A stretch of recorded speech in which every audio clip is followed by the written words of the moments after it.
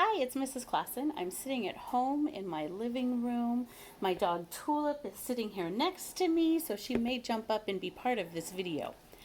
I want to read you a book today. The book is called Baloney. What do you think of when you hear the word baloney? Are you thinking about lunch meat? Something you put in a sandwich? Are you thinking about someone might say, oh, you're full of baloney, like you're just teasing and being silly about something? Are you thinking about when someone might not tell you a true story and you say, oh, that's baloney? Well, I'm going to tell you today in this book it means something completely different.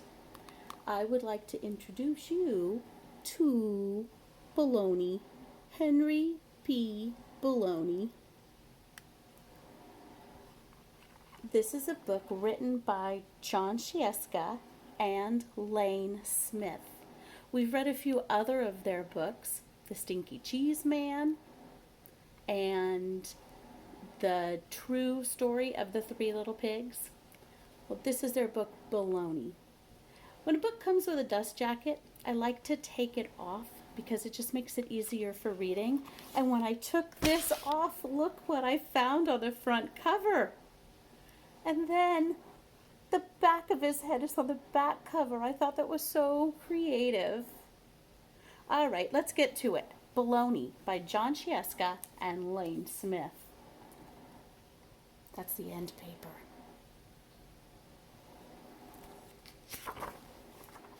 Baloney, Henry P. Received and decoded by John Sciesca. Visual recreation by Lane Smith.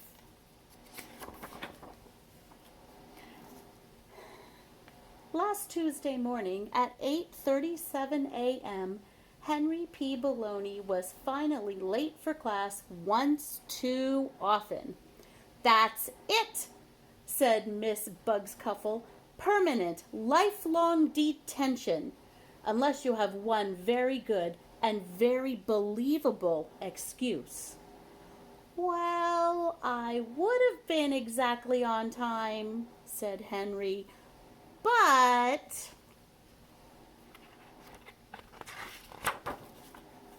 I misplaced my trusty Zimulus.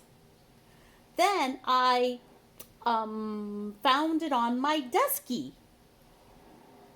But someone had put my deskie in a Taraku. The Taraco drove me right here to Scola. But are you hearing some interesting words in this story? Then it drove right past. I grabbed my Zimulus and jumped out. But I jumped smack in the middle of a...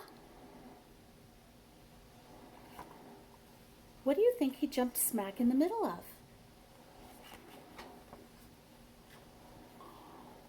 Razzo launch pad.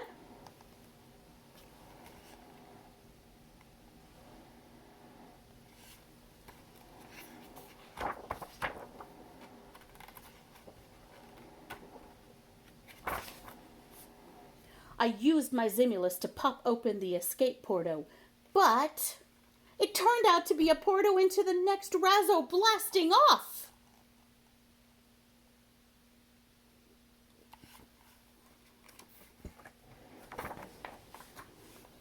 I jammed the Razzo controls with my Zimulus so I could land behind Scola and still be there on time. But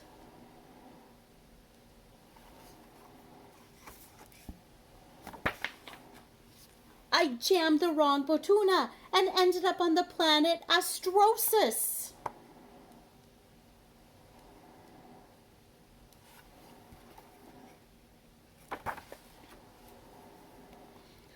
I entertained the Astro guys with my very funny Pixas, but they decided my Pixas and I would be entertaining to eat.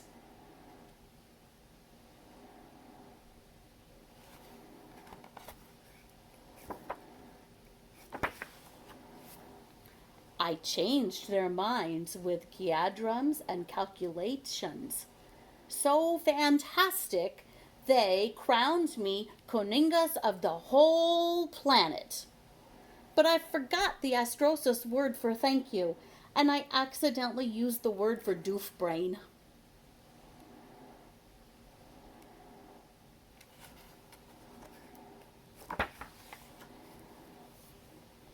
I foiled their plan to disintegrate me by plugging their blassa with my Zimulus. But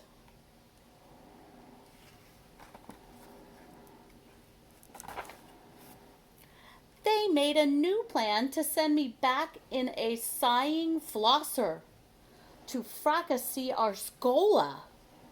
I erased the sighing flosser fracassee instructions, but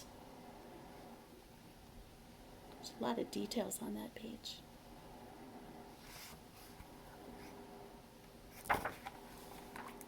I also erased the sighing flosser porto lock and fell out. I dropped like an Uyirak. I was only 3 seconds away from Zerplatzen all over the Splielplatz. Not even my trusty Zimulus could save me. What do you think will happen next?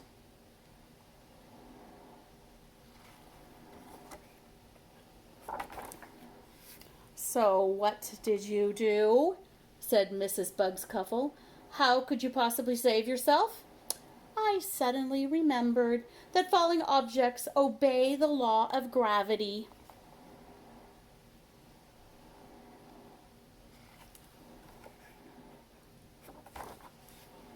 And I haven't learned the law of gravity yet, so I stopped and came to Scola. All of which made me exactly 7 minutes late this amu. Henry P. Baloney, said Mrs. Bugscuffle. That is unbelievable. But today's assignment is to compose a tall tale, so why don't you sit down and get started writing? I'd love to, said Henry, but...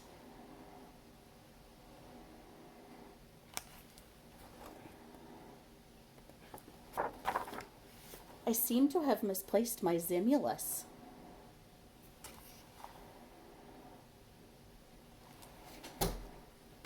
Afterward, the transmission was received directly from deep space.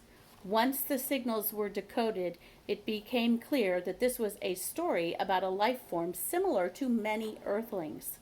Even more amazing was the discovery that the story is written in a combination of many different Earth languages, including Latvian, Swahili, Finnish, Esperanto, and Inuktitut. Who knows why? And here is what all of those words mean.